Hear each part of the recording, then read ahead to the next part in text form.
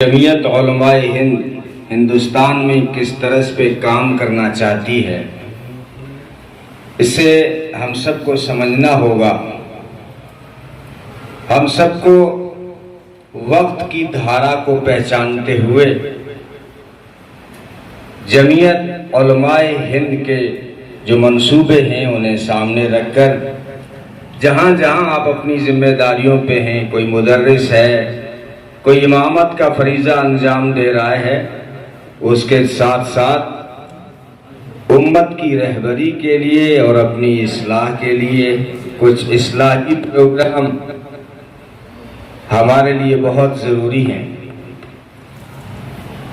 جمعیت علماء ہند کے یوں تو ہزاروں مقاصد ہیں۔ جمعیت علماء ہند کے پاس کئی آپشن بھی تھے۔ جمعیت علماء ہند چاہتی ہندوستان کے چوراہوں پہ تقریریں کر کے یہاں کے مسلمانوں کو وہاں بھیج سکتی تھی۔ جمعیت علماء ہند کے پاس یہ آپشن بھی تھا کہ وہ چاہتے تو گلیوں میں اتر کے لوگوں سے ووٹ مانگ کے اپنے ممبر بھی بنا سکتی تھی، لیکن جمعیت علماء ہند نے ایک دوسرا راستہ اپنایا ہے۔ وہ یہ ہے کہ ابھی یہاں کی زمین بڑی زرخیز ہے، یہاں ابھی 98% بہت اچھے انسان رہتے ہیں ہمارے غیر مسلم برادریوں میں بھی۔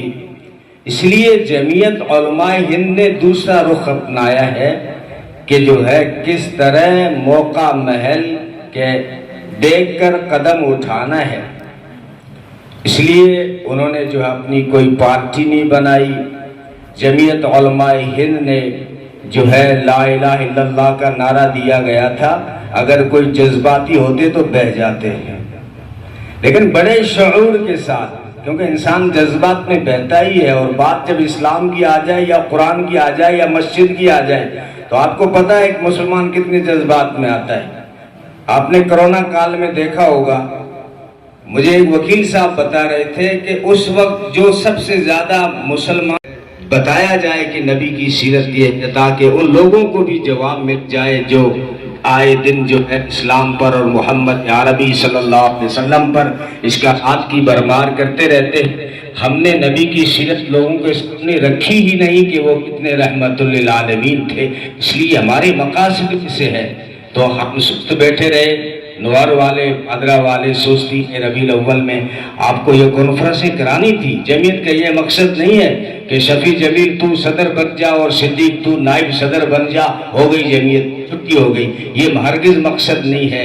اور امت دیکھا کرو، کام دیکھا کرو، اور ہم سب کو مل کے کام کرنا ہے۔ ہم سب خادم ہیں، بڑا نام اللہ کا ہے، ہم سب جو ہے خادم ہیں۔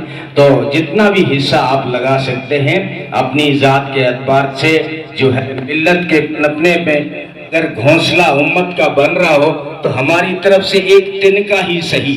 جب مسجد بن رہی ہوتی ہے نا تو اس میں اگر کوئی آدھی اینٹ بھی لگا دے یا کنکر بھی لگا دے نا تو اس کو بھی وہی فضیل۔ آپ جانتے ہیں علماء حدیث ہے کہ بٹیر کے گھونسلے کے برابر جو مسجد بنائے اس کے لیے بھی جنت میں گھر تیار ہے۔ تو ہم سب مل کے جمعیت علماء ہند کے پلیٹ فارم سے جو جمعیت علماء ہند کے مقاصد ہیں، تعلیم کو مضبوط کرنا، مسلمانوں کی صفوں میں اتحاد و اتفاق قائم کرنا، اصلاحی پروگرام بار بار کرنا، اور جو ہے جمعیت کا تعارف لوگوں کو بتانا کہ جمعیت کیا ہے۔ ہم نے بتایا نہیں، اس لیے شکایت بھی آتی ہے کہ نہیں ادھر مت جانا، وہ سیاسی لوگ ہیں، وہ دین کے مخالف لوگ ہیں۔ یہ میری کمی ہے کہ میں نے لوگوں کو سمجھایا نہیں کہ جمعیت علماء ہند کیا ہے۔